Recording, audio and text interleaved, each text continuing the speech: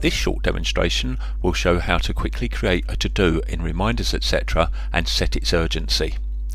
First though, it's important I explain the difference between a to-do and a task and why we created a distinction between the two.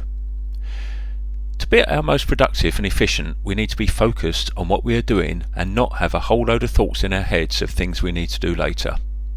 Maybe you're used to keeping a paper list of these to-dos, or yellow post-it notes, or scraps of paper, or just hope you remember everything. These are typically things that need to be done, but not at a specific time or even on a specific day. We see those types of things to do as, to-dos, and to make it easy, we've called them that in Remindersetc. So to be clear, a to-do is something that has to be done sometime, but it does not have a specific start or end time, day for doing it, or a location.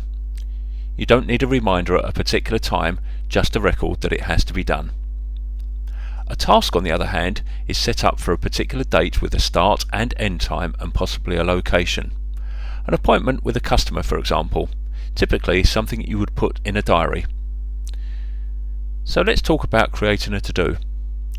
We wanted it to be extremely easy to record everything that needs to be done, so we created two ways to set up a to-do. The first is a very quick to-do with minimal information that is typed directly into the box at the top of the to-do page. The second, a slightly more detailed record that can be linked to other records in Remindersetc or even assigned to another person. You use the Create button here or on the dashboard for this, and I'll show you the second type in a later video when we have more data built up to link to. Creating a quick to-do is as simple as hitting the To-Do tab and entering what has to be done in the box. Let's use a few examples. I need to go to the bank, I need to get some milk, and I need to call a plumber about the dripping tap in the staff kitchen. But what if it's vital that the to-do is done today? Simple. Just make it urgent by selecting the urgent icon and it will show up on your dashboard rather than just in the list on the to-do page.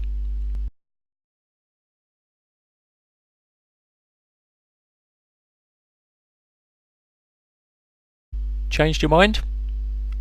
The tap's been dripping for weeks anyway, so that's not urgent for today. Tap the arrow icon and it becomes a standard to-do. Or you can easily drag the item from one status to another.